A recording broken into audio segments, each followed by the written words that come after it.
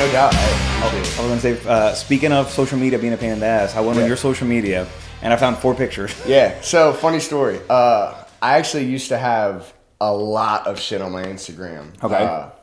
And I was like trying to stay busy on it during the whole COVID kind of break, just to keep myself out there a little bit. Uh-huh. And I don't know if I was having trouble getting a fight or what, but John was like, you motherfuckers put too much stuff out there, really? whatever. So I was like, all right, time to just wipe my Instagram, put a couple pictures up there, and now it's just kind of recent stuff, I've heard that before, that basically other fighters are looking at your social media and gauging, I guess, who they're going to be fight or who the potential fights that they have. Yeah, I think it definitely plays a part. Like, if someone looked up their opponent's Instagram and they see, like, say I'm like getting rounds with Sean Brady or something, and I post that, like, somebody might see that and be like, all right, let me look for someone else, that kind of thing, or I don't know. Some people say that has something to do with it.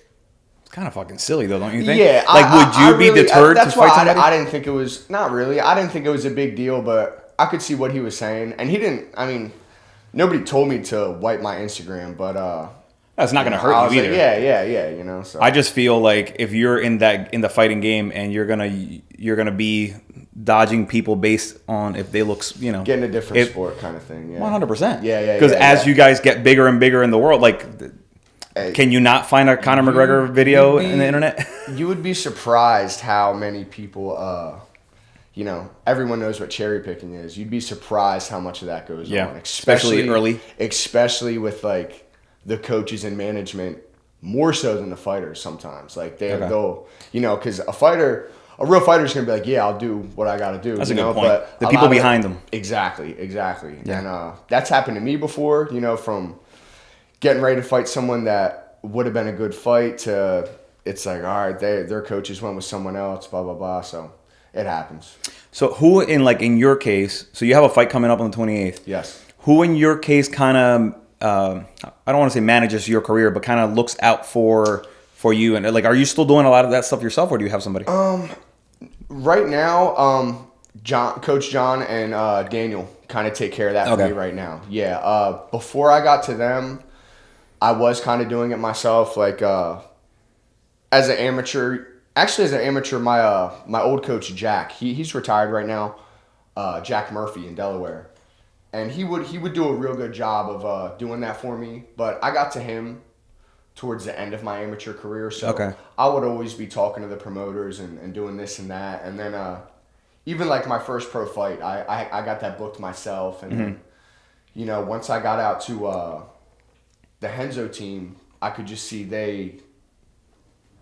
I could see how professional it was. Like they handle all that for their fighters, so it was just kind of natural. They just kind of picked it up for me. Well, that makes sense because they know where you're at in your career and who you should be looking to fight to get to the next level, and kind of take smart fights, but also not cherry picking challenge you. They know where you're at, and they know.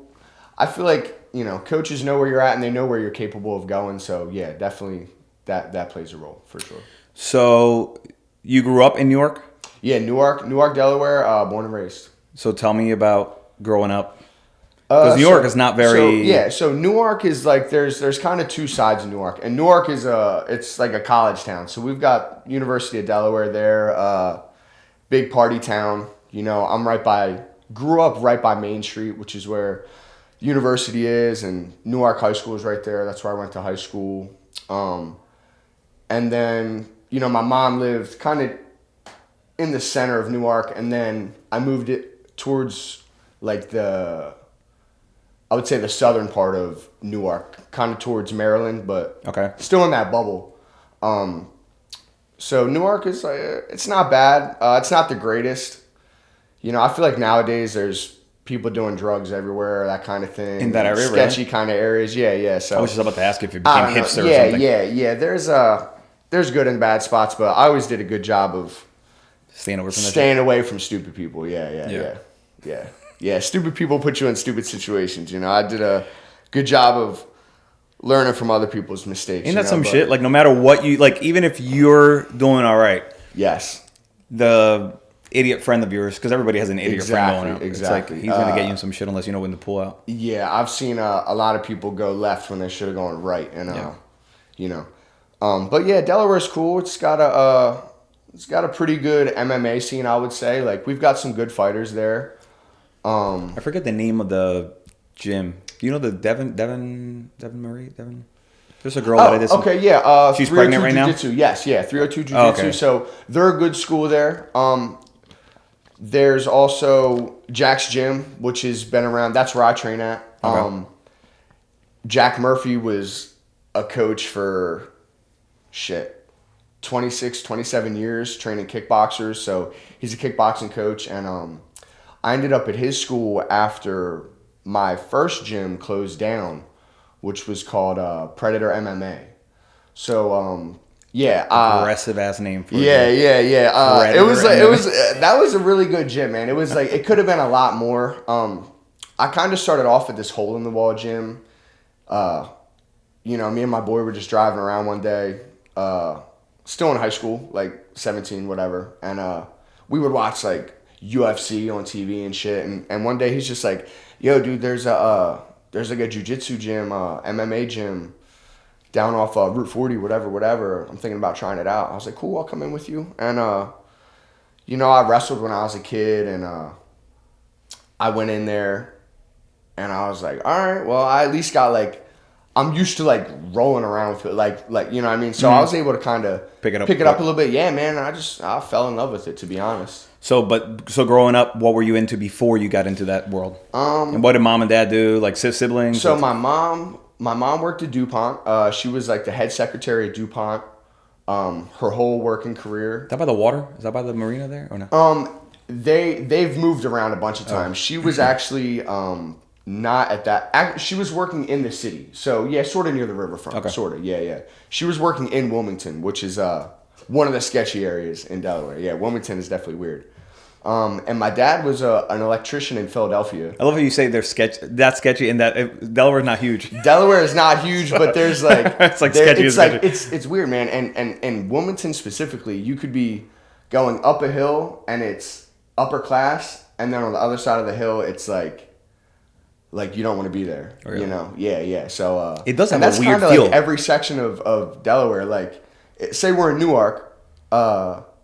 You could be around like the college area. That's cool. But then 3 minutes this way to, you're in a spot called Brookside, which is like, it's a weird spot. You know what I mean? There's a lot of weird people there. And but that's where like all my boys were from. But it does have not a strange feel in a negative way, but when you cross in, you immediately know that you're not in Jersey or in PA. Exactly. And like the further south you go, so like, it's funny because Coach John's always like, "Oh, you Delaware guys, it's all like swamps and farms." And I'm not really from that part of Delaware, but like Delaware definitely has that, like swamps. Yeah. Like Delaware is like a swampy area, like a hilly area. I don't think I've ever seen that. And the more south you go, it's like open area. Like we got beaches, we got some nice beaches in Delaware. Yeah. But Delaware can definitely be. It has like lots of open land and, but like Newark. Kind of that area. It's like more kind of pushing back towards Wilmington and then Philly, So okay. So right. Yeah. So you're growing up. Your mom works at DuPont. Yes. Dad around or? Yeah. So my parents got divorced when I was like second grade-ish. I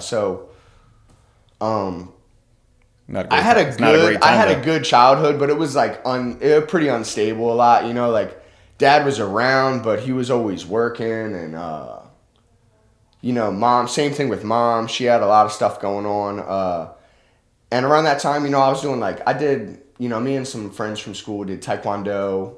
Didn't really take that serious. I got like my orange belt or whatever the hell that means, You're like 7, just in a Taekwondo gym doing whatever. And then that was what it was. And then, so I have 2 brothers and then 2 half brothers, right? So there's 5 of us. So 2 half brothers from my dad's first marriage, and they were both wrestlers.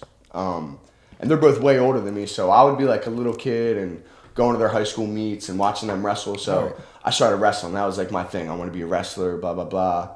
And I remember being a kid and like, I want to wrestle in the Olympics. Like that was like the goal. That was the goal. Yeah. Like I'd be in the library, like reading. Like I remember there was this awesome wrestling book called Pinned, and it was like just had a really cool story. And I was really into wrestling, but I wasn't the greatest wrestler. I was super like mediocre as a wrestler because I was weak, dude. So I would always get pinned and stuff. And there's a couple good things I could do. I could scramble, but I wasn't the best wrestler. I got my hand raised like 2 times. You know what I mean? Right. And but you were thinking I'll be like the Rudy of hey, wrestling. Man, yeah, dude. You're just a kid. You're motivated, whatever. And then But at least you had something to look. Like some aspirations based on for sure people in the family who you admired. I sucked at basketball, sucked at all that. I remember playing basketball. I shot at the wrong net, all that kind of shit. Yeah. Is that when your family stopped checking out your games, or? Nah, they were always supportive, super supportive. Like I could shoot at the wrong net and make it, and my mom would be like, "Oh my god, yeah, exactly." Yeah, fuck you guys. He still got it in. He made it, Yeah.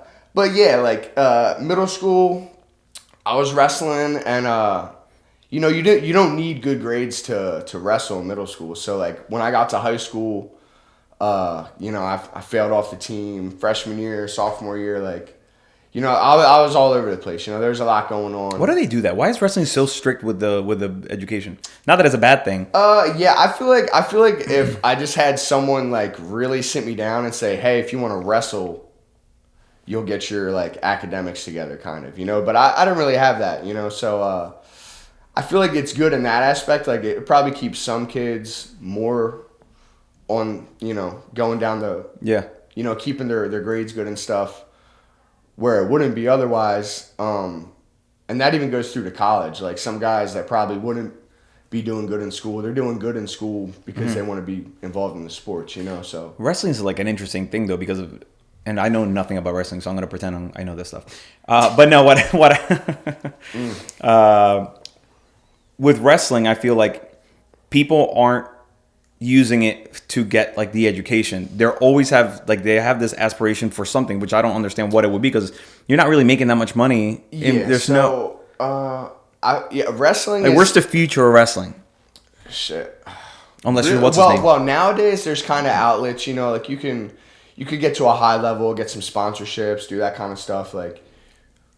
But is it like Jordan Burroughs? Is that the name? Yeah. But like you have to be one of those. Yeah, that's like trying to, like even in fishing, there's like professional fishermen worth a lot of money, but it's like how many of them are there? You know what I mean? So it's right. I don't know. It's kind of like if you're gonna wrestle, you gotta want to wrestle. It's kind of like fighting. Like you have to want to be doing it to do it. And I had 2 older brothers, and when you're the younger brother looking up to your older brothers, they're like your superheroes. Especially when. My dad was around, but he was, always working, and he's also a musician, right? He plays guitar, so he'd always be doing his thing. And what did he do for a living? Well, he was an electrician in Philly, and then that turned into like he wasn't an architect, but he would like do bids on like building projects and stuff like that. To be honest, I don't. Yeah, really know, but he was in that construction kind of world. Yeah, sort of stuff like that. Yeah, and but then also gigging, Yeah, like all the time, dude, all the time. And, my dad was the same. My dad was a trombone player in Puerto Rico. So couple times a week, and on the weekends, that was like, unless I wanted to go and carry the instrument for him. Exactly, and that was even like that was really cool for me. Like I picked the guitar up. My older brother Greg and Billy were both wrestlers. And Billy was really involved in music as well. And, I would pick up the guitar. I started playing guitar when I was like 13. High school, played a lot of music. Were you in a band? Sort of. Like, I had some friends that we would like learn songs from bands and kind of just jam out in his basement. Like my boy Cody had like a nice house and his mom let us play in the basement. So we would just fucking go down there and go nuts and, probably pretend we were playing live, you know what I mean? But we never really did anything live except for like a couple, like 2 really small shows. But it was fun, But yeah, so my dad he was always playing music and stuff. And so I would really look up to my older brothers, you know what I mean? So I see them wrestling, and that's kind of where I wanted to wrestle from. Yeah. So then at what point in high school is when you find MMA gym for the first time? Yeah, so that was towards, I would say, going into the end of my junior year, I think, we started training. And then I remember, like, that whole summer we were training and stuff. So, yeah, like, I would say like 17. Were you immediately drawn towards like being a professional fighter? Sort of, because like I immediately recognized it as like something I could like put myself in, you know, because the music thing, like it was either like at one point it was going to be fighting or music, and I chose fighting because I was deep into music, and you know, you had to make that choice, so I went with fighting, but do you not play anymore? I play I'll just play the acoustic at my house. Yeah, just by Dude, myself. I'm so jealous of people who can play a guitar. Like yeah. Isn't that the coolest fucking? Maybe do you play an instrument or no? No. Yeah. So like, dude, yeah. Like when we would play, you know, it'd be all like heavy metal and blah blah blah blah and that kind of thing, you know. And like I even used to be really closed-minded when it came to music, and then when I started training, it actually made me a better guitar player because like, dude, like in school, you know, I was definitely not the best student, you know. I was always like a class clown or getting into trouble, picking little stupid fights or whatever, and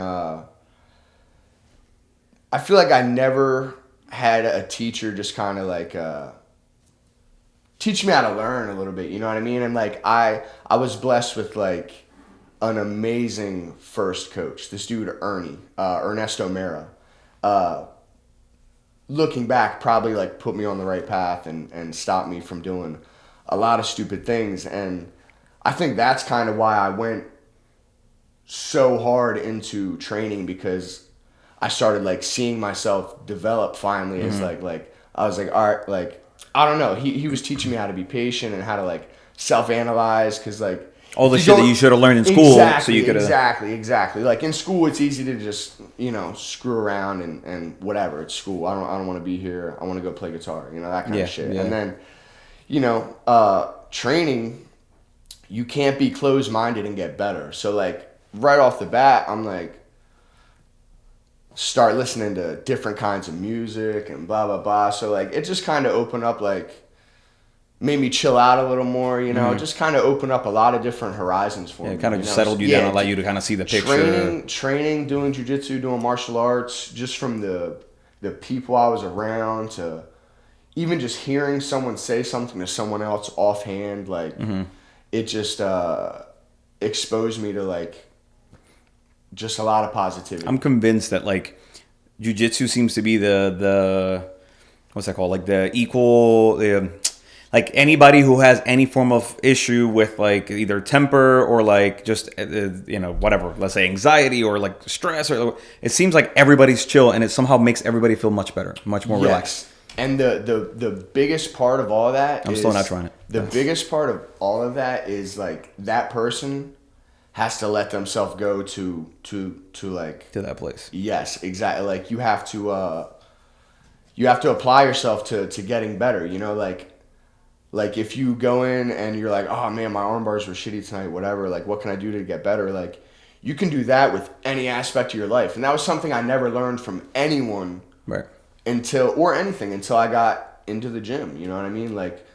no one taught me how to sit back, think about what you're going to say before you say it. Like I said, my dad and my parents were around, but you know, there's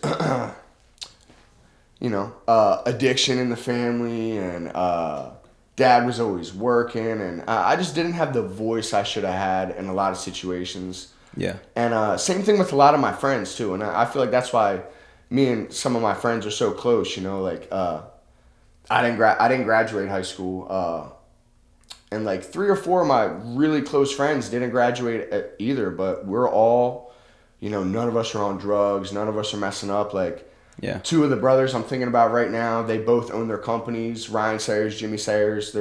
They've sponsored me for like my last 4 or 5 fights. Yeah. That's cool. You know, my boy David's a nurse. Yeah, it's crazy. You know, we all came from really unstable environments, but. You think it's like a representation of kind of where you grew up? Maybe that's just kind of the. Sort of like I'm not like I definitely. It was weird growing up, man, because. I was living with my dad, and we were in it was a 1-bedroom apartment. It was my dad, me, my older brother Matt, my little brother Shane, and my oldest brother Billy would like come in and come out a little bit, and he would stay. And same thing with Greg. He was there for a little bit, but it was 5 of us in a 1-bedroom apartment, you know. And I remember like sleeping on the floor, and you know, my dad never slept in the bed. Like he always slept on the floor, so like either me or Matt could like sleep in the bed. So it was like that's nice. Things like that, you know, and just. But still, not a cookie cutter way of growing up. Yeah, exactly. Yeah. I didn't have it the worst, but you know, I didn't have it the best. But I realize that. Are you still close with your mom and dad? Yes, I'm super close with my mom. You know, I'm close with my dad, but the older I get, the more I realize I'm more like I understand my dad more now that I'm older. You know, like he went through a lot, and I identify with my dad a lot. So.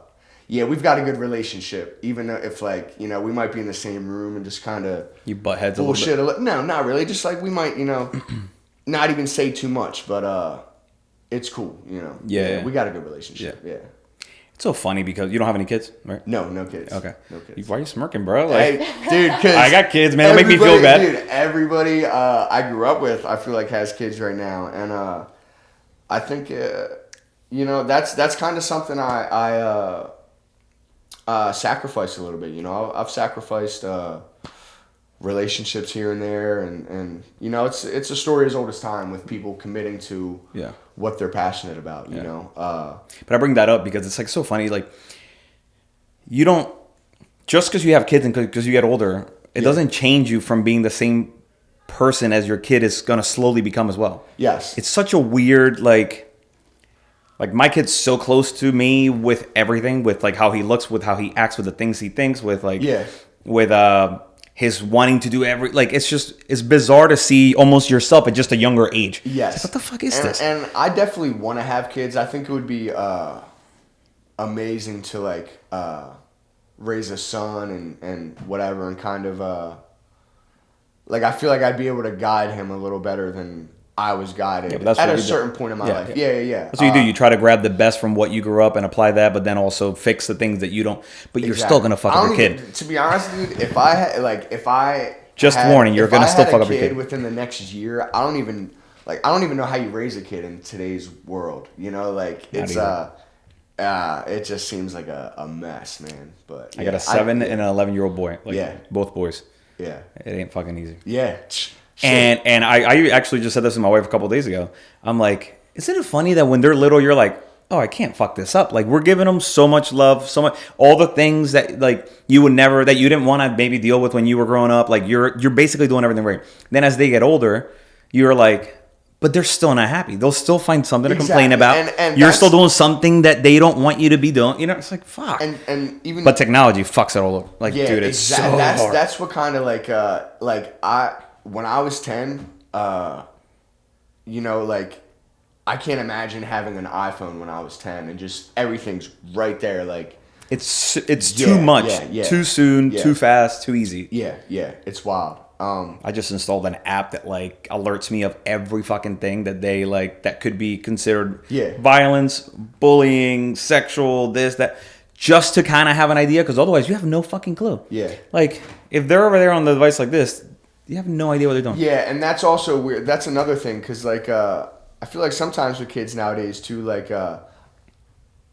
this dude I used to work for, sometimes, you know, I'd be in the room, and they'd be doing stuff at the house, but his daughter would just be locked on either the TV or the thing, and they'd literally be saying the kid's name and then, you know, it's like a weird transfer. It's an addiction, dude. Yeah, it's weird.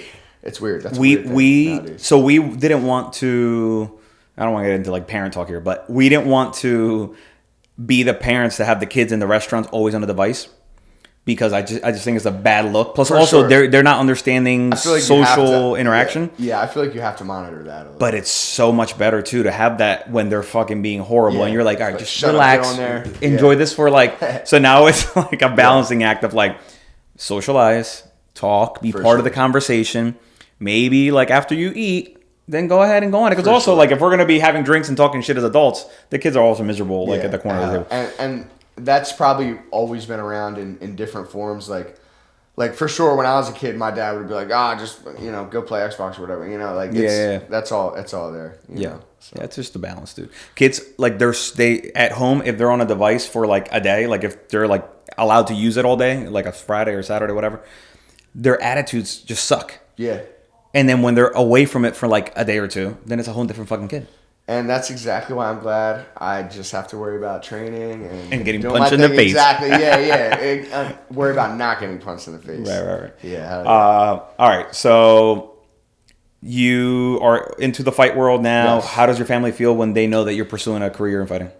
I remember,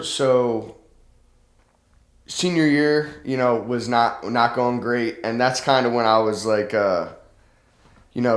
dropped out of school or whatever. And my mom actually like supported me from the get-go. Like my mom is an angel, and she's like, and she knows me. So she's like, she knows she's supporting me. She's a good mom, She's telling me I can do it, whatever. Did you drop out to fight, to be a fighter?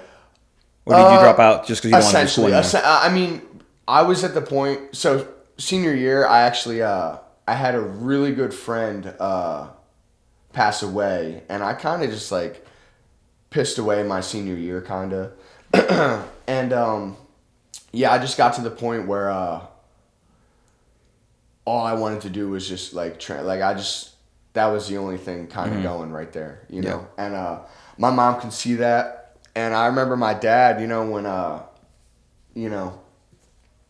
I was telling him, he was just kind of like, "You sure you want to do that?" And I was just kind of like, all it was, Mm-hmm. So yeah, I've had support. My brothers, my older brothers, were definitely into it. My brother Billy was always like a fighter growing up. Like he did like karate, kung fu, like full contact tournaments as a kid, and he was a really good wrestler. And I would hear stories about him, like if he would like be fighting someone, he would like throw like a roundhouse kick to their head out of nowhere, like real scrappy stuff. And I'd see him jump and do spinning techniques and really cool, impressive shit. And I remember after my first pro fight, my brother Greg was like, I had never really heard him say this, but he was like, me and Billy always wanted to be pro fighters, but we never made it happen. You made it happen, so it's really cool. And Billy actually, he died from doing drugs and stuff, but that was kind of one of the reasons I also pushed for fighting, because I was like, I just felt like music is a little like more self-destructive a little bit, And you're in that world too, man. Yeah. Like you're in a much healthier world by being in fighting. Exactly, man. And like when you're in a band, like you're kind of like working with, like, depending too much on other people. Like I remember two of the other guys, like me and my buddy Justin were like super into music, and like that was like we wanted to do it. And the other two guys were kind of like, they're already saying like, music's not going to pay the bills kind of thing. And that's already the wrong mentality, dude. Yeah, dude. And my dad back in the day was in this huge band around the area called Group Therapy. And I remember like they kicked him out of the band because he's like, we got to practice every day. Like, and they were like, it was just too much. It was like, they were like, dude, you got to go. Like, we're trying to chill a little bit. Yeah, right. Yeah. Bands are all about like everybody has to be in the same mentality. Yeah. And even with that said, after a couple of years, there's always one guy who needs to get kicked out. And I'm like, man, so I'm just like, all right, music's definitely, that's literally how I looked at it. I was like, it's a more, I feel like, self-destructive road kind of, A smart fucking way of thinking. Yeah, man. That's just kind of, a lot of my best lessons in life have just been from kind of seeing other people do things. Whether that's from me, I don't want to say sitting back a lot and watching other people, but, I don't know. I just definitely saw a lot of people do a lot of stupid things, and just like that doesn't want to. Well, there's no better way of growing up and learning how to be learning how to best be yourself than observing other people. For sure. A lot of people don't observe it. A lot of other people are just all about themselves. For sure, yeah, man. And even like growing up with my dad, Billy was like, drinking a lot and doing drugs and blah blah blah, and that's like right in your face. It's like a 1-bedroom apartment, and he would always like, get into fights with my dad and say like he would be blacked out screaming like, oh, I want to write a hit song, blah, blah, blah, stuff like that. Like really dark shit. And this is Billy. Yeah. Okay. My dad would be like, well, if that's what you want to do, you got to do it. And just, I saw a lot of bitterness in him because what he wanted never happened kind of, So, yeah, man, I just did not want that to be me. And that kind of also made me like iffy with fighting too. Cause it's like, what if it doesn't go where I want it to go? And then what if I'm just left like, what the fuck, that kind of thing. But you learn how to just live life. Right. I feel like. Well, that's a scary thing for anybody pursuing anything that's not the typical easy road. Exactly. And I mean, even with what I do with like, before it was film and it's always been some form of creative endeavor. Like you always think like, am I going to be that fucking guy? Yeah. The guy who everybody's like, oh, he still dyes his hair and, wears the rings and plays guitar and things. He's in a rock band, but he's not. Man. You know what I'm saying? Like, but whatever the equivalent of that is with whatever you're doing. For sure. You don't ever want to be that guy. For sure. But I think if you think that way, then you're never going to actually accomplish your best potential. Exactly. So yeah, man, that's kind of how I thought about that. And then, yeah, man, like my coach was just one of those dudes where we'd be like, yo, man, there's a tournament coming up. He'd be like, all right, let's get ready for it, And Predator MMA was like a small gym.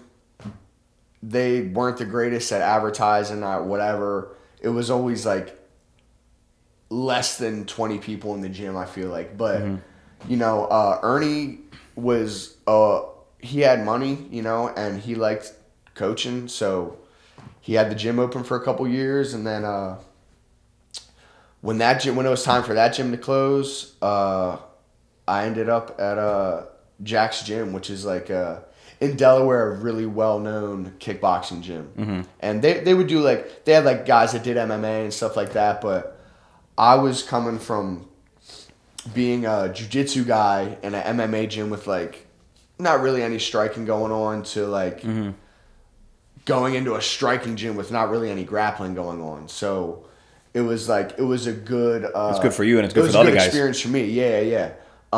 And actually, my last MMA fight under Predator was against a guy from Jack's Gym. Oh, really? And I won that fight, and I talked to Jack backstage a little bit. I guess I made a good first impression. So then I had a couple other friends from school that were training at Jack's, and they brought me in, and he was like, hell yeah, man, you can work with so-and-so, get his jiu-jitsu better, and that'll be your membership, whatever. So he took care of me. Kickbox for a while. Like, I took like a whole year to just kind of learn how to strike. I took a bunch of kickboxing fights, and yeah, man, towards the end of my amateur career, I actually got this guy that started as a sponsor, my buddy Jason. He's a podiatrist, and I had plantar fasciitis in my foot, which is like a tendon thing. Yeah, where your like tendon gets inflamed. So I'm talking to him. He's like a huge fight fan. And I give him tickets to my fight. He sponsors me, comes out, completely catch a body in this fight. Like, I destroy the guy on the feet, get a finish in the third, whatever. And Jason's all pumped up, blah, blah, blah. Pretty much talking to me like I'm a fucking racehorse, like I'm his racehorse, you know what I mean? Like, as far as you want to go, I got your back, blah, blah, blah. So, fast forward a couple months, he's like, yo, man, I've been talking to so-and-so. If you want to be one of the best, if you want to be the best, you gotta be around the best, you know what I mean? So, he had so-and-so talk to so-and-so who got Jason on the phone with Coach John. Okay. And then Jason calls me when I'm driving to work. And he's like, yeah, I talked to John, whatever. He said Saturday is little glove sparring. And this was Wednesday.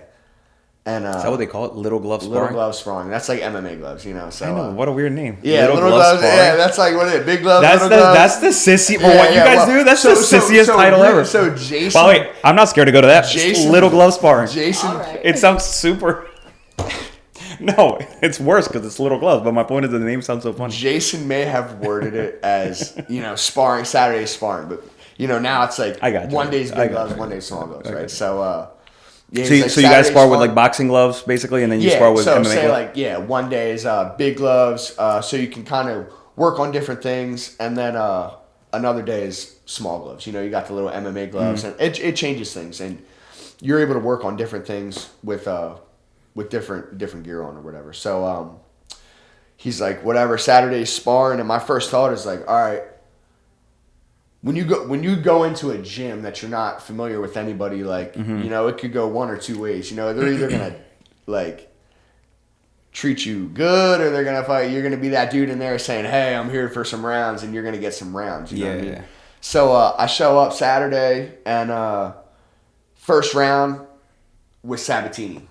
And I had known Pat. I had seen him, like, we both competed on this one jiu-jitsu show, and he had this crazy fucking finals match. So I had known him from that. So I was like, oh, yo, what up, blah, blah, blah. We got me and Pat get a round in, and it was like a real round, And I'm like, God damn. So, first day of sparring was pretty intense, and then after that, I kept coming back, and I was on the team out there. So how was that first kind of like drive home after that? Were you feeling like, all right, this is a different level? Now I feel like... Yeah, so that was like my first time going, because you walk into that room, and then you see the big names come in, Like, I remember, like, getting down there, and I start warming up, and John introduces himself, and then, he's, like, holding pads for a guy, and then... I don't know, maybe Sean Brady came in, and this was right before Brady was making his UFC debut. It was like 2019, like summertime. And maybe like Paul Felder or someone had come in after that, and I'm just like, this is definitely where I need to be, you know what I mean? So, but I felt good in the gym, so it's really, the rest is history. Like, they took me in, and... How did the relationship with, is it Jackson? Jack's gym. Jack. But how did that? Jason. I'm sorry. No, but Jason's your buddy who sponsored you. Yes. But you were at Jack's gym.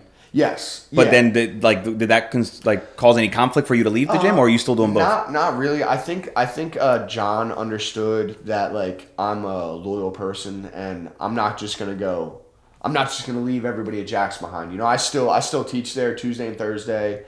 I still train in there. I'm still hitting pads. Still helping guys, still helping coach in there.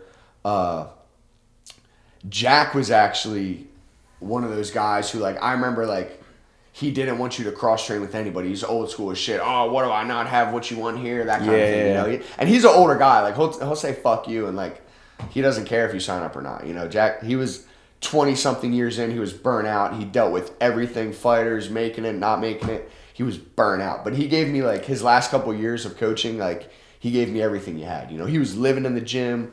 He was like, oh, yeah, buddy, I'm only waking up to train you right now. Like, he said that to me one time. So I was like, yeah, really taking it serious. You're like, sorry, man. But, yeah, nah, man, it was what it was. No, it's like it's a sweet thing, but you're like, that's a lot of weight on my shoulder. It was real, man, And me and Jack had a lot of real moments. But... yeah, they never made a big deal about me training at Jack's. I think they just understood. But that can cause a lot of stress for a fighter to have to deal with that burden of, like, leaving somebody you care about. Yes. Just to be better in the sport. Yes. And it's not like I moved to, like, Florida and I'm like, whatever. It's like a 40-minute drive, So it wasn't that big of a change. And everybody at Jack's definitely sees me, like, when I'm getting in fight mode, I'm like 90% Philly, what I mean? But yeah, for sure, they see me improving and all that. And to be honest, like, Jack's is a kickboxing gym, so if me being an MMA guy, I need to that seek environment. What you Exactly. Yeah. And I probably wouldn't have done that, maybe because I am too loyal without Jason doing that. And Jason is like, he's like one of my mentors now. He's like a successful guy. Plus also knew how to push you. Exactly. And he's, so he got me out there. And shit, man. That's great. Yeah, I feel like every week I'm like leveling up. So speaking of every week, so next week is your official fight week. Yes, I'm fighting Friday. There's Friday and Saturday. Yeah. Friday. So how's weight? Weight is good. Weight is actually really good. I've been seeing, if I see 160 right now to make 145, and I'm not even at the Saturday before fight week, that's good for me. So if you're at least 160 a week away from the fight, yes, you're cool. Yeah, like even today, I started my water load today. You started today? Yes. So is that a gallon a day? 2 gallons. 2 gallons. Start off with 2, and then you slowly taper. Yeah. off. So I do 2, 1.5, 1, then 1 or a half gallon, and then you cut the last couple pounds on weigh-in day. Okay. When do you start completely so that what's the smallest amount of water that you're consuming close to the fight? I would say the day before. I'm drinking like a half gallon or a little more if I feel like I need it, because I know my body, and to be honest, I sweat like a motherfucker. So if I drink a little bit of extra water, it's all good. Okay. Yeah. But my weight's good, man. I've been feeling real good lately. Yeah. So, yeah. So, and how did training how did camp go? Training's going good, and it's to be honest, dude, I've been consistently training. It's one big fight camp, and like I said, I was trying to get matched up for the whole last year. My last fight was February last year, and that's kind of been the COVID thing, right? Everybody's been constantly in training camp because yes, and COVID was it was good and bad for me a little bit. It was good because actually my last 2 fights, I had what's called loose bodies in my arm, bone fragments, bad ones, that got bad, and just shattered pieces of bone, basically. Dude, and it was a weird feeling, and I would sometimes a piece would come down, and I'd have to grab it and move it back into the. It was so weird. It was such a weird feeling, dude. So before hold on. I've heard of the whole bone fragment thing, and they have to remove them. Yes. And I there was a fighter that somebody talked about where they had a jar full of. It was probably Jacare. Okay. And he even just had his arm snapped, and that's because that's the kind of stuff that happens. Or even if I got arm locked and it went, popped a little bit, that's the kind of stuff that's going on in there. And even just from throwing punches and blocking, it's just wear and tear. You know? So hold on, move this around. Yeah, dude. Yeah, so before my pro debut, it started flaring up, and I remember one specific day in the gym, I threw I went southpaw and I threw a cross at this guy, and he kind of dipped back, and my arm hit nothing, but it went out, and I felt a little little stinging sensation, and it just never really went away after that. And then 2 weeks before the fight, I remember telling my coach Brima, who owns Jack's Gym now. I was like, dude, I might not even be able to use my left arm. I might really not even be able to punch with it. And fight week, it just kind of magically went away. And then it was still bothering me leading up to my second fight, my last fight, and it really altered how I was able to train. I couldn't do a regular push up. I would have to do weird. There were certain things I couldn't do. I couldn't lift weights. I just had to be avoid it. If we're sparring, I would maybe have to really get everything situated again, and then again, it would really flare up right before the fight, but then fight week it would go away. But even in my last fight, I didn't really throw any left hands, and it kind of altered how I had to fight a little bit, but But fight week it went away, or fight week the mentality, the mind just didn't let you. I don't know if it's my body knowing what it's about to go through, and it's all right, man the fuck up. Yeah, it's time to survive. You know what I mean? So I don't know what that was, but after that fight, it was all good. But then I was training at John's old gym, and it was that Wednesday. We were training, and then I woke up Thursday, and my arm was stuck in this position, and it was inflamed. So, I don't know if some scar tissue, or something moved around, but my arm was like this. And I've got pictures, too. I took a picture at work. I had this, janitor job, and fortunately, the guy I worked with was, this older dude, and he would, he was super into, fighting. He did martial arts when he was a kid, so, he would always be, nah, man, your arms hurt. Let me do it. Like, you got a fight coming up, like that kind of thing. Yeah, and that's nice. Like, I just remember being at that job one day, and I took a picture, like, outside a window, and my arm was like that. So, like, I went and got an MRI, whatever. He's like, he looked at me. He was like, I would not tell anyone to not get this surgery with the way it is. Like, there was like a couple big pieces. Mm-hmm. So I had to get it's called arthroscopic surgery, and it's like the lowest impact surgery you could get probably. I think it took them like 45 minutes or an hour. Just get in there, they cleaned it out, and then I bounced back from that. I got that surgery done, and I was supposed to get it done in like April, but COVID pushed that back like until... Wait, last April or this April? Yeah, like last year. Last April, okay. Yeah. So, or maybe it was like towards the end of March I was supposed to get it. That was a dumb question, by the way, because if that would have been this April, you wouldn't be fighting. Dude, my bad. So, COVID kind of pushed that date back, so I got my arms, and I was still training with it like messed up, and I was even like watching some videos of me training and just compensating. I'm like, damn, dude, I don't know how I was doing that without bitching every 5 But now you seconds. got a nasty right hand because you had to I figure... think so, dude. Yeah, because I've hit some dudes with it, and they're like, what the fuck? Yeah, well, I can't use my left hand for, you know. But yeah, man, I got that taken care of, and then bounced back from that. So that was a couple months, and then I was probably ready to fight by... Whenever CFFC was in Mississippi, I think it was like September last year. Mm-hmm. COVID was still kind of weird, and it was like there was a point where like people were getting matched up, but then fights like everyone was catching COVID. Yeah. So I'm like, man, I'm not about to go to Mississippi. It's just a terrible mindset to have, but it is what it is. I was like, man, I'm not feeling the Mississippi card. I'm probably just gonna show up and my fight's gonna fucking get canceled, because I feel like people were getting to the CFFC shows and then like some of their fights were getting canceled. So I'm like, I'll just wait till the next card, because like the guys that were there to fight were getting matched up, you know. So I'm like, all right, I'll just get matched up on the next show. It won't be a big deal. And then no matchup. Then December. But are you asking for a fight at that point? It's just yeah. You think it was because you bailed on the Mississippi trip? I didn't know what was going on. I didn't know if it was like, I don't know if the matchmakers were just like, oh, we're gonna do this guy, that guy.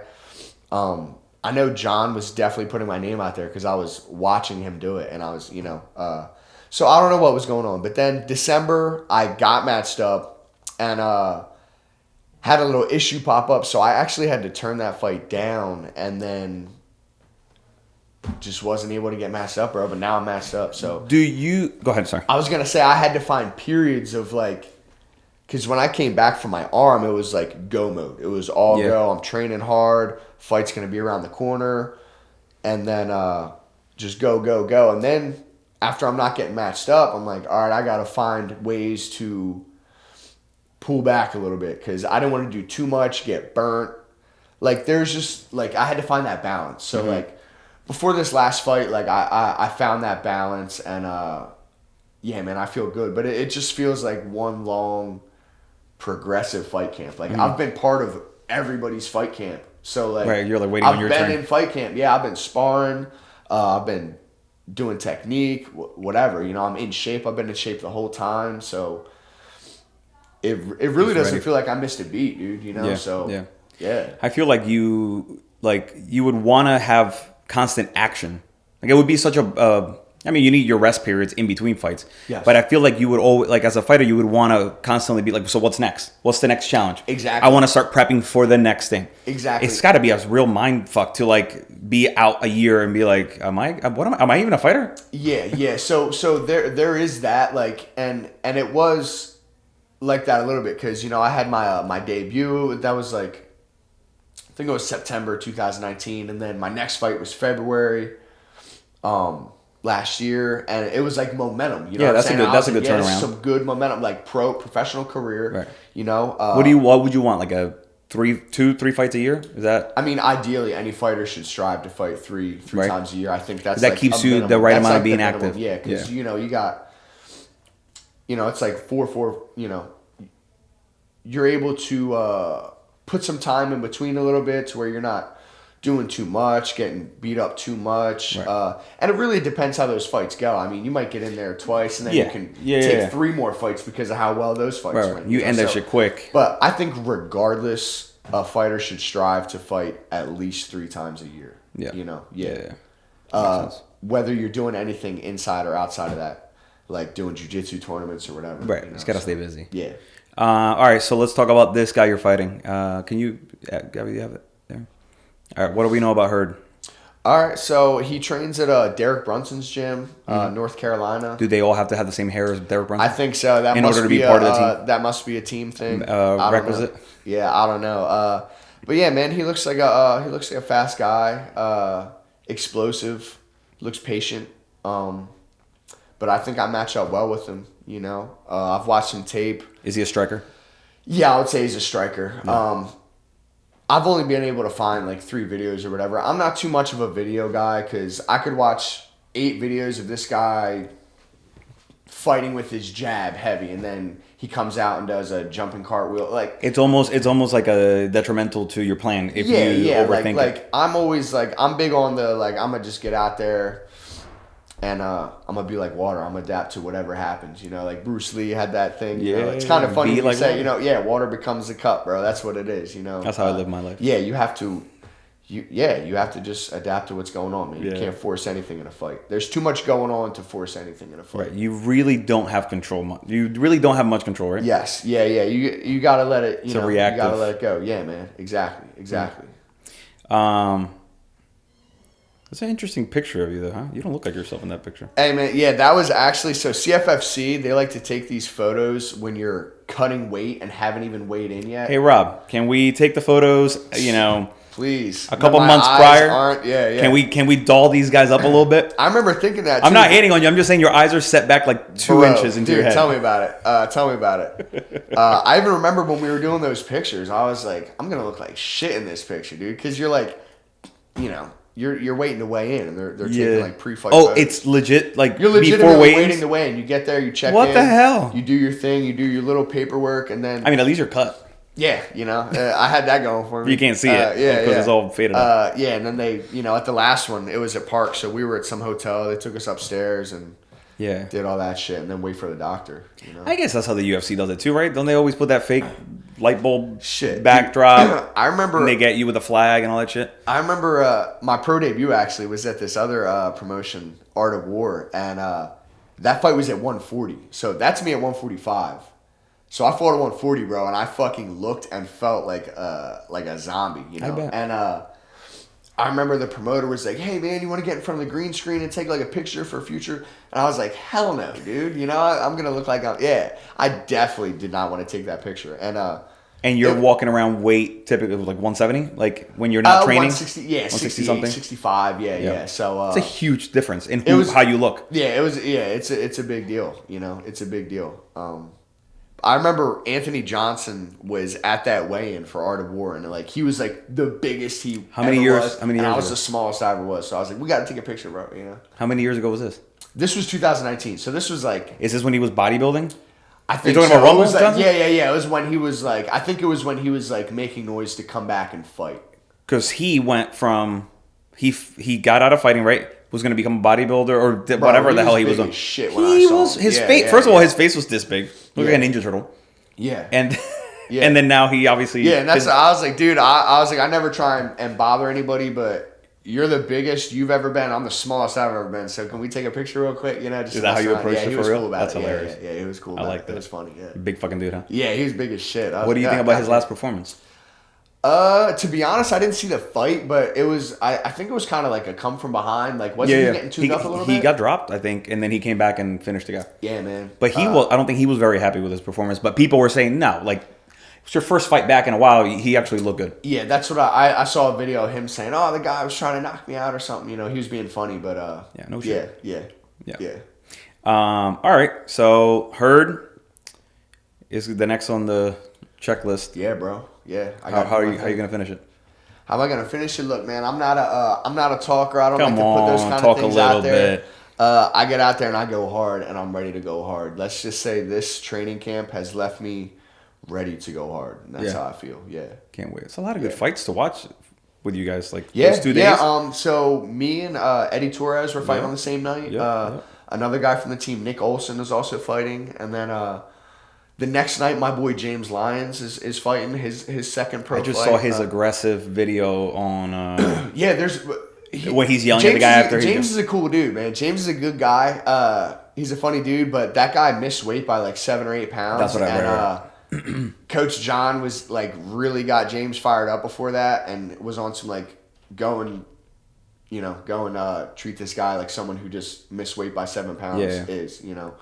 So there's that. People are saying what they're saying, but I almost felt for like a second. I felt a little bad for the guy because there's nothing like losing and then somebody screaming in your face too. Did he get dropped or did he get choked out? He got dropped and then James got on top and just finished the job. Right, so you're not really. So that's almost like when Cody Garbrandt got yelled at by TJ. Was that it? After he had gotten dropped? Yeah. You almost feel bad because you're like, he looks like a little kid. He looks like lost. It's an in the moment thing. Yeah. And man, shit, when you're out there, it just is what it is, bro. Dude, but you do, yeah. And I even remember thinking, because Greg Serb was there, and I've seen Greg Serb, like, really flip out on people before, and, like, Serb's the kind of guy where, like, if you sit down in front of him to do your paperwork, he'll be like, take your hat off when you're in front of me, like, that kind of thing. Oh, damn. He's, like, real straight up, but after the fight, he was just, like, he ran into the cage and just, like, dapped James up, and I expect him to be like, sit down, that kind of thing. Wait, so who is this person? Greg Serb. He's the PA commissioner.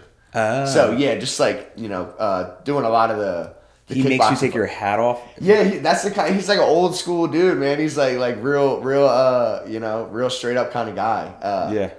So I've definitely seen him say that to people, like take your hat off when you're sitting down, whatever. And I'm just like, that's uncomfortable. Yeah. But you're trying to be respectful, so you're not gonna say anything. Mm-hmm.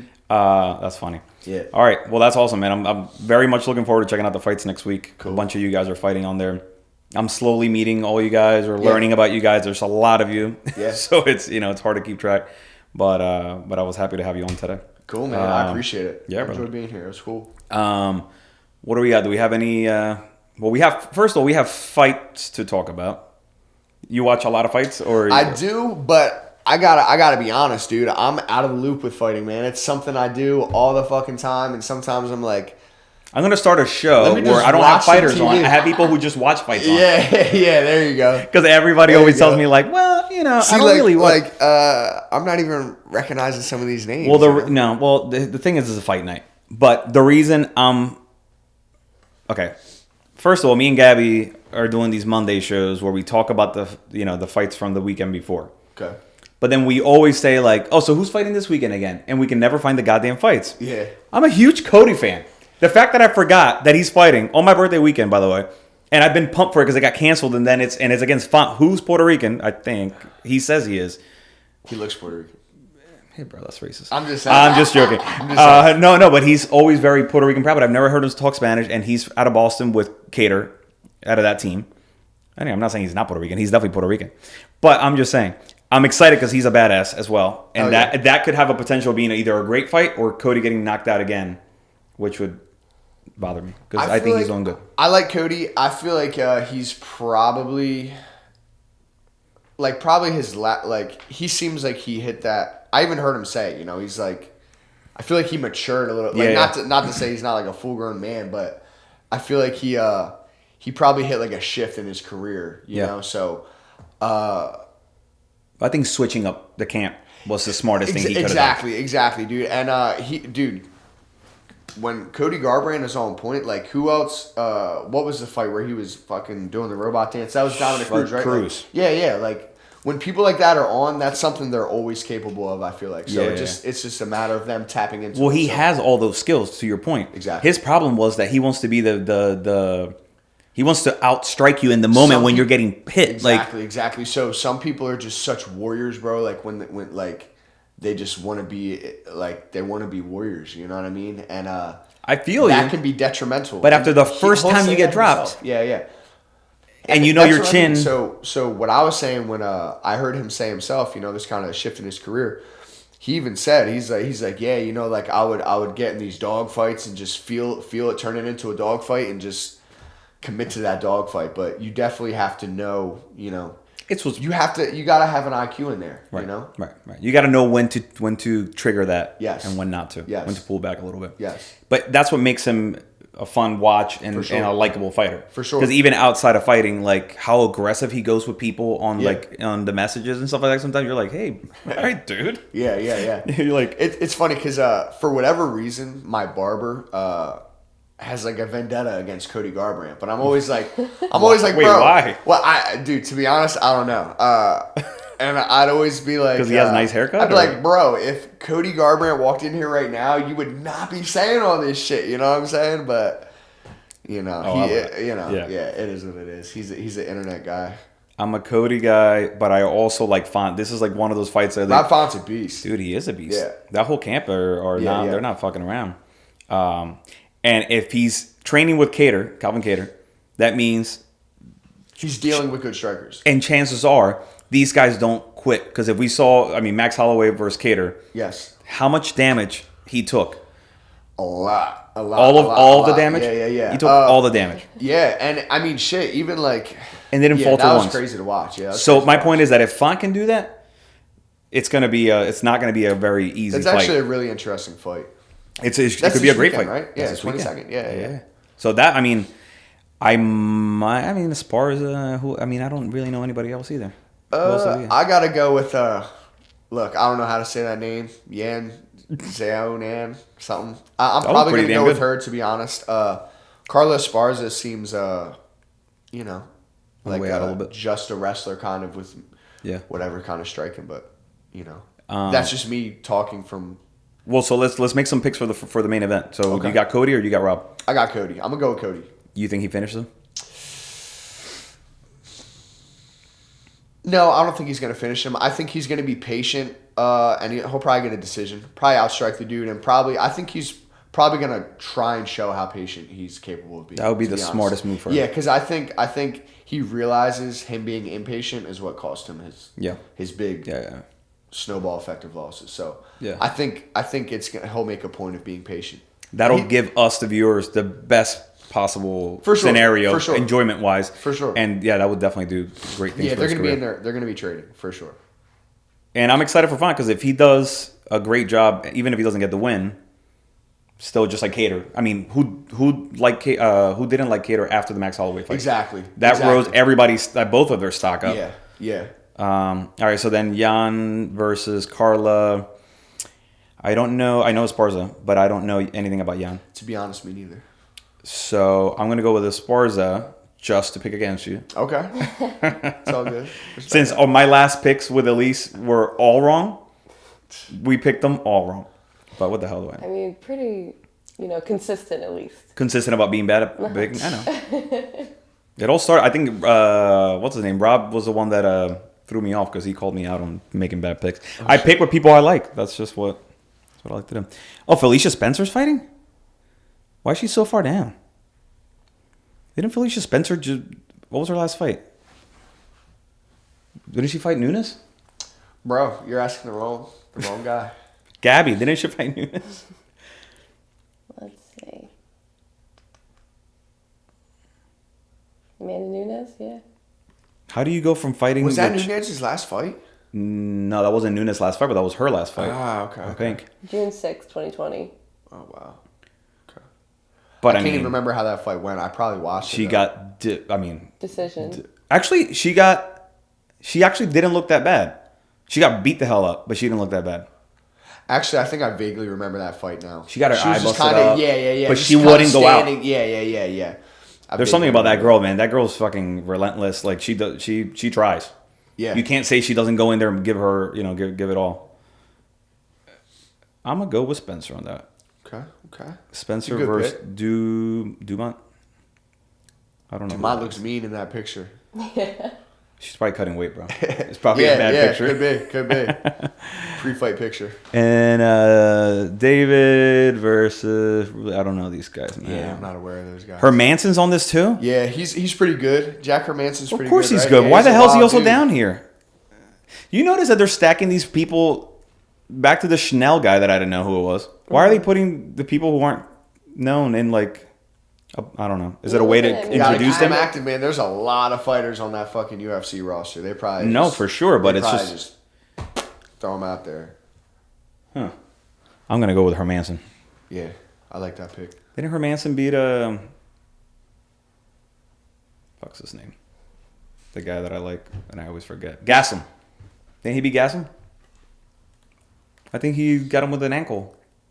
Oh wow, yeah, straight ankle lock. You might be right. That was Gaslam's last. Well, not his last fight. He won by decision, I believe. But the one before that, Hermanson did that. Mm-hmm. He's the Joker. They call him the Joker, right? Yeah. Look, Gaslam. Yeah. That's a shitty way to go out in an MMA fight, but people that have a good straight ankle lock, quick it's too, dude. Vicious. Yeah, that shitter. Yeah. Now ankle lock versus what happened to Ferguson. What did Ferguson? Heel hook. That was a heel hook. Yeah. What's the difference? Aside from different parts of the straight ankle lock is actually like one of the first moves I got really good at in jiu-jitsu. So a straight ankle lock is essentially like all of this right here kind of popping down. And I mean, if you're like a gorilla, you might be able to break someone's leg, but pretty much hyperextending all that right there, right? So you're pulling the foot down, sort of? Yes. Yeah. And just like cranking. And you get in a position to where it's just an extreme amount of pressure. And then a heel hook, whether it's going outside or inside, it's attacking everything in the knee, you know, and you might still get your ankle messed up a little bit. That's a more dangerous. Yeah, dude. I've had. I remember one time this dude put me in an inside heel hook, and I don't know how I didn't need surgery after that, but I was messed up. Yeah, I was messed up after that. In the moment, which hurts more? I would say shit. Well, heel hooks are weird because you're just going, and then it's like holy shit, you know. Yeah. And then afterwards, you're kind of like But in the moment, I would say heel hook, man. In the moment,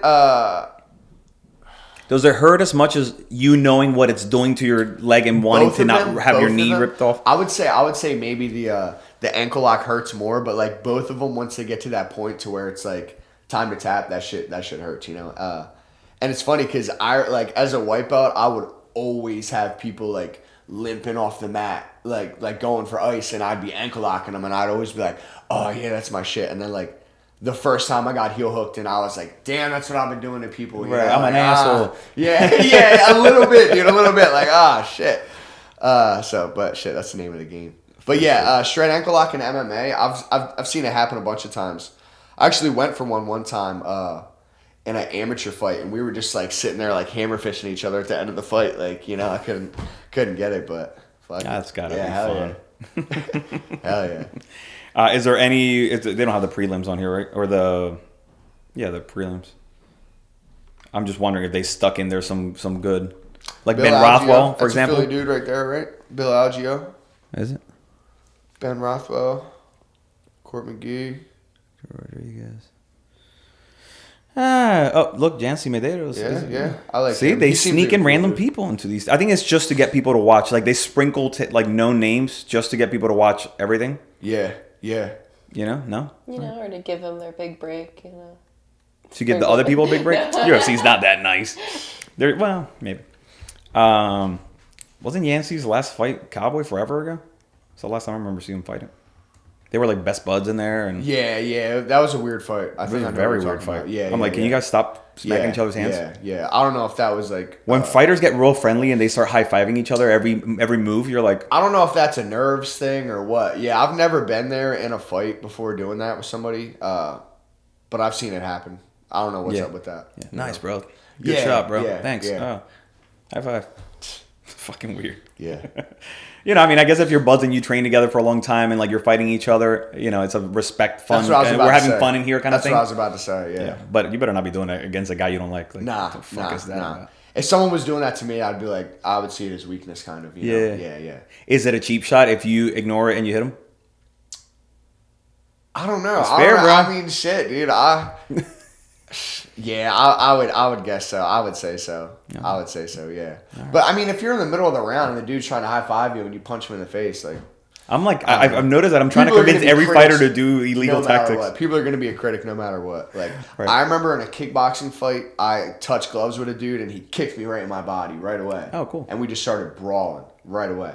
And then even my boy James, speaking to him, he glove touched this guy, and the dude punched him right in his eye, like right away, like.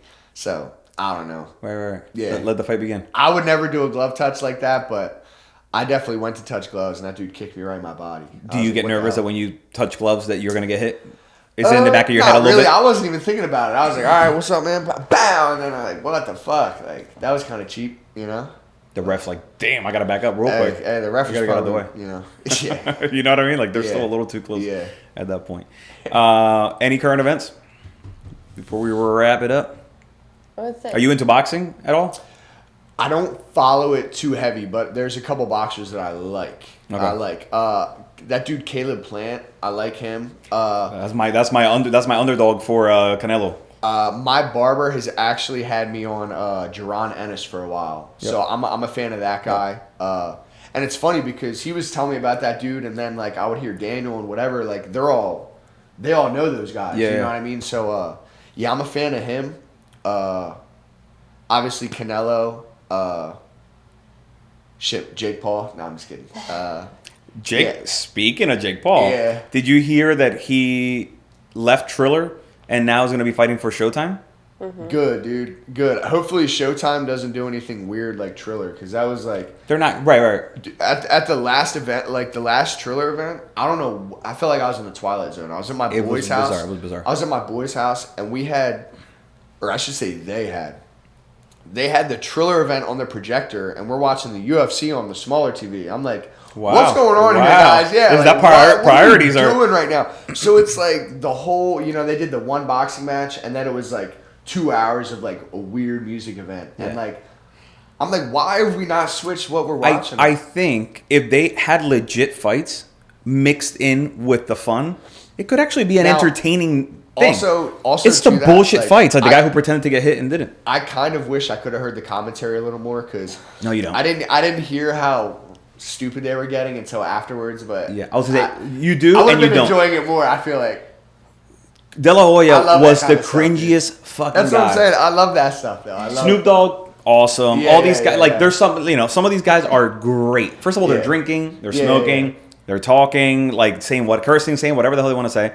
I felt bad for I forget his name, the guy who does the boxing commentating. Yeah, the white-haired dude. Like, what the hell? I felt so bad. They're like puffing smoke, and it was like abusing a grandpa. I'm like, this fucking guy's trying to do his job. Yeah. De La Hoya was like, but De La Hoya got USSR, or something. USSA. USSA. And during the he pissed me off. During the Frank Mir fight, he's like, this guy's body. That was it. Or something. Yeah. He was a fucking weirdo. All right, so you caught the cringy. Yeah, dude. Even Mario Lopez, who's buddies with him, he's like, dude, we drink all the time, and you're a little loose right now. Yeah, that dude Mario Lopez is like a good boxer too, right? Doesn't he train?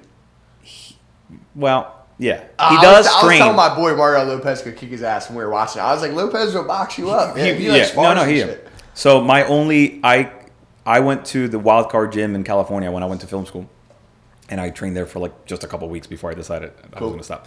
But he was in there every single fucking day. Yeah, and that's when Manny Pacquiao was in there. Like before Manny Pacquiao was like Mayweather shit. Like when he was still kind of like he was, I guess, in the smaller weight division. This was like 02 or 03 or whatever. But Mario Lopez was in there doing work. Yeah. And I'm like, all right, AC Slater. Like, I mean, I was a fan of AC Slater. Like he was. I mean, the guy had muscles on muscles on muscles. It was cool. He was a cool dude. He was a wrestler. Yeah. But I don't think he can actually fight. Like, Maybe Jake Paul. Maybe. Yeah. But nah, he's also like 55. More power to him. He just looks like he's 30, but he's got that Mexican youth. Anyway, but so Jake Paul moving to Showtime. That either means Showtime's getting in the crazy business, or Jake Paul is actually trying to be serious about boxing. I'm not, like, obviously it's an irritating thing when people talk about Jake Paul a little bit. But, like, I look at him as, like, he's not a boxer. He's a celebrity boxer, like, it's not really a big deal. He hasn't, I don't think he probably hasn't even sparred anyone with too much amateur boxing experience, like, like, I saw some videos of him sparring. It didn't look like the greatest people, but I mean, even leading up to this last one, like I knew Ben Askren was going to lose. I knew that. Yeah. I knew because like Jake Paul, I mean, he's training boxing. He's getting reps, knocking out big even if they're bums that he's knocking out, he's getting repetitions. Right. And Ben Askren just couldn't be farther from a striker. Askren did not care at all. Yeah. And of course, they brought in that was set up to happen the way it happened. I'll tell you this about the Paul brothers. Like, they're entertainers. They're immature. They've made a shitload of money. You can't knock the success that they've created for themselves. I didn't know who either of those dudes were before all this. And speaking of the other brother, Logan Paul, dude, I've seen there's going to be, what, a 30-pound discrepancy in their fight? And probably like a 3-foot discrepancy. Yeah, Mayweather's. but, like, even if you just, like, come into Jack's on a Friday night, like, I've seen 160-pound dudes fucking annihilate way bigger, less experienced. Like, that's Floyd Mayweather. I know he called it an exhibition, but, like... That's what he does, so he doesn't affect his record. Even when Mayweather went against Conor, like... I remember I had the opportunity to win so much money on that fight, but I was still like, Conor's still a power puncher, whatever. So I only put up like $100, but, dude, that's Floyd Mayweather. If you don't have any professional boxing rounds under your belt and you're boxing Floyd Mayweather, you're gonna lose. Right. I don't care. I don't care if you're way too much knowledge 70-0 in MMA and you're a great striker in MMA. It's not gonna happen. It's a whole different world. Logan Paul is going to get his ass whooped. Depending how serious Mayweather takes it. Right. And he looks in shape. He just posted a picture of him in the gym the other day. Yeah. I mean, he is always in shape. But when he fought that kickboxer dude, he was out of shape, bro. He was eating cheeseburgers and whatever. He had a muffin top. He's not looking like that right now. He posted, look at that picture right there. Yeah. Look, he busted somebody's nose all the way up. Look. Yeah. So I can only imagine how that gym gets. Bro, I mean, I've seen videos, obviously, but they like when they were doing like they were like fighting there to like. Do you remember? Did you watch those videos when they were doing that? I forget what they called it. It was like. They do the dog pound or the dog something. They close the doors, nobody can come in, and they couldn't even film it, and then people were just bloodied up afterwards. Yes. Well, so let me say something about the I was going to say about the Paul brothers. The one thing that makes me happy, not because I'm from Puerto Rico, but they went to Puerto Rico, they moved there. Yeah. And they're training in legit, like, Puerto Rico doesn't have the fancy gyms like some of the places here. It would be closer to like John's Gym kind of thing. Yeah. Where it's like only killers. Yeah. That's where they're at. Yeah. So whether that's a big deal then. It is a big deal because you're taking it a little bit more serious. Yes. And you're actually going in there and trying to train as if you actually had a shot. Yes. So I'll give you that much credit. So he's smart for doing that because that's the only way to go about going into a fight. You have to go all the way. But he could have. My point is that he could have done almost like the Conor, where like he has all the technology, all like everybody's like wearing like black zip ups and like you know what I mean, like where it almost feels like you're spending $1 million on your fight camp because you have the money. Yes. But he's going and in a grimy ass. For sure. For sure. But in a Rocky shit. He's doing Rocky shit. Yeah. So you know what, dude? Hey, that's smart. I give you credit for that. Yeah, for sure. And look. Anyone getting under those lights, it's the real deal, you know. Against Mayweather, has he had he fought KSI. He did a celebrity thing, right? He fought KSI, who's another YouTuber. I never watched, and he lost. He lost? Yeah. Oh wow! Shit. I don't even know who KSI is, but me. But yeah, bro, dude. I think his younger brother is the better boxer. Anyway, Jake. Floyd's gonna play with that dude. I think Floyd is gonna play with that dude, man. You know, boxing is like. If he can hit Mayweather, it's an accomplishment, dude. That's what I'm saying. Like, if he can land a couple punches, even a nice solid jab, I think Floyd will probably do it just like the Conor fight, man. He's gonna get in, he's gonna move around, he'll probably get hit a little bit, tie him up, and then he's gonna do what he does, man. It's Floyd Mayweather. You know what I saw? Logan Paul apparently was sparring all the what's his name? What's in football? What's Brady's best bud that they play together? No idea. Gronkowski. Oh, yeah, okay. All right. So he apparently sparred Gronkowski. There's like 5 brothers, I think. Okay. And they're all fucking massive dudes. Yeah, nowhere near the size of Floyd Mayweather. No, they're huge. But my point is, like, I don't know why he was whooping all their asses, and they were like falling over the place. And I'm like, what a strange world these guys are living in, training in. But anyway, so that balances out with the Puerto Rico thing that I said. Basically, it's like hell yeah. They have this celebrity weird lifestyle going on. Well, shit, he's smart for doing that. He's definitely, because what was the guy, Nate Robinson, when he fought his brother, it looked like Nate Robinson was just that was so embarrassing. Dude, I watched a video, like right before the fight, I was like, all right, let me hop on this, on this dude's Instagram and kind of look around for some stuff, and he was like, it looked like he was just figuring out how to like pivot and rotate like right before the fight. I was like, this guy's definitely gonna lose, like, you know. He thought I'm an athlete, so I can. He had yes men around him, yeah, too many yes men, yeah, and shit, he got knocked out. I mean, Ben Askren got whooped, and he looked way better than the Nate Robinson. Yeah. You know what I'm excited to see? Lamar Odom versus Aaron Carter. I saw that the other day, actually. Yeah. That's weird. I don't even know why that's happening. Like, what is that? No, you know what's weirder? Chuck Liddell apparently is going to be the ref. No. Oh, my God. Yeah. Poor Chuck. I think that's a local. I don't know. It might be like a local or the guy who's putting it together. But it's a very bizarre. Aaron Carter's a small dude. Tiny dude. He doesn't look athletic at all either. Yeah, well, he might be on drugs. Well, no, he's not on drugs now, but he had been on drugs for so long. So see, like how he actually has like some fat in him. Yeah, he was like, he's got one ab. There we go. One. That's Photoshop too. No, but yeah, so he was like in super bad health like a year ago. Look at him now. What is this? That's crazy. And then that guy in the middle is the one who. That's like the Dana White of this bullshit. Go figure. He looks like that guy. He would be. Aaron Carter is not going to be able to touch that guy. That is going to be the cringiest fight, I think. That's going to be wild. It's bad. But anyway, Chuck Liddell. That's what I heard. That the guy threw money at him. That's someone I know. I think is like involved, and she keeps like posting all these pictures like of her with them, and I'm like, I so want to reach out and just be like, what? How did this happen? Who of the taking pictures with her with who? Like Lamar. And with all the guys from when because they did the weigh-ins here at like a jewelry store. Wow. Yeah, but I want to be like, how did you get there? I'm so invested now. Yeah. Now I really need to know. Not in the match, but just in your storyline. Yeah. Wait, what is that? Lamar Odom knocks down sparring partner. What is this? Well, look at the height difference. But that's probably how big Aaron Carter is going to be, you know? First of all, Lamar he has how many lives left? Because he's died like 3 times. Drugs? Yeah, bro. Remember they found him in the bunny ranch or something? To be honest, I know nothing about that, bro. So I live under a rock, bro. I feel like you say that, but then I feel like you know a lot. a little bit.